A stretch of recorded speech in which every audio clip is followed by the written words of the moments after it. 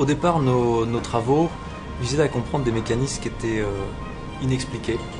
En effet, dans les années 80, on a commencé à produire des plantes transgéniques et un certain nombre de plantes transgéniques qui étaient obtenues n'exprimaient pas les gènes que l'on avait introduits. Donc une des questions qui se posait était de savoir pourquoi y avait-il un obstacle à l'expression des transgènes.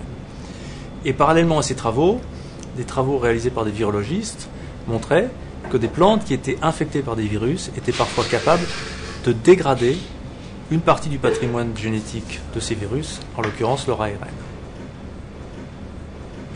Donc ce mécanisme est basé sur le détournement d'une partie du patrimoine génétique d'un virus, la destruction de ce patrimoine génétique en petites molécules, qu'on appelle des petits ARN, qui sont utilisés pour détruire en retour le reste du matériel génétique du virus. Donc ce que l'on a mis en évidence, c'était le mécanisme moléculaire par lequel les plantes sont capables de mettre en place ce système immunitaire. Ce que l'on réalise, c'est de greffer une plante qui est saine sur une plante malade. Ce que vous voyez passer depuis le porte-greffe vers le greffon, et qui se révèle par l'apparition de ces secteurs chlorotiques, c'est le passage de molécules qui transmettent un signal qui va déclencher le même type de phénomène dans le greffon que celui que vous observez chez le porte-greffe.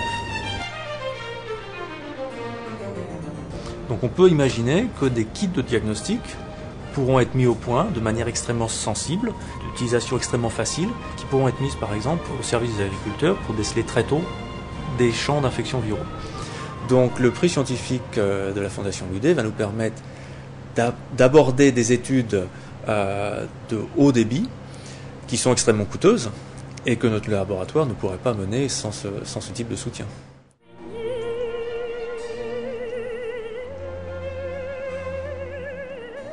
Notre principal objet d'étude, c'est cette plante, Arabidopsis thaliana, qu'on utilise comme modèle.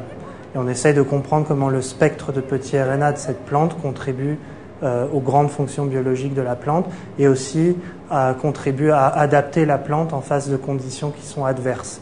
Et les conditions adverses qu'on étudie surtout beaucoup au laboratoire sont les infections par les virus. D'accord. Ouais, mais ça c'est bon, je vais l'éclater. Donc on pourra même faire des tests de suppression peut-être transitoires. Ouais. Ça, ce serait bien. Ça serait l'idéal, ouais. C'est un des rares systèmes d'études qui permet d'extrapoler des découvertes qui sont faites chez la plante à des fonctions qui sont aussi obtenues ou vues chez l'humain.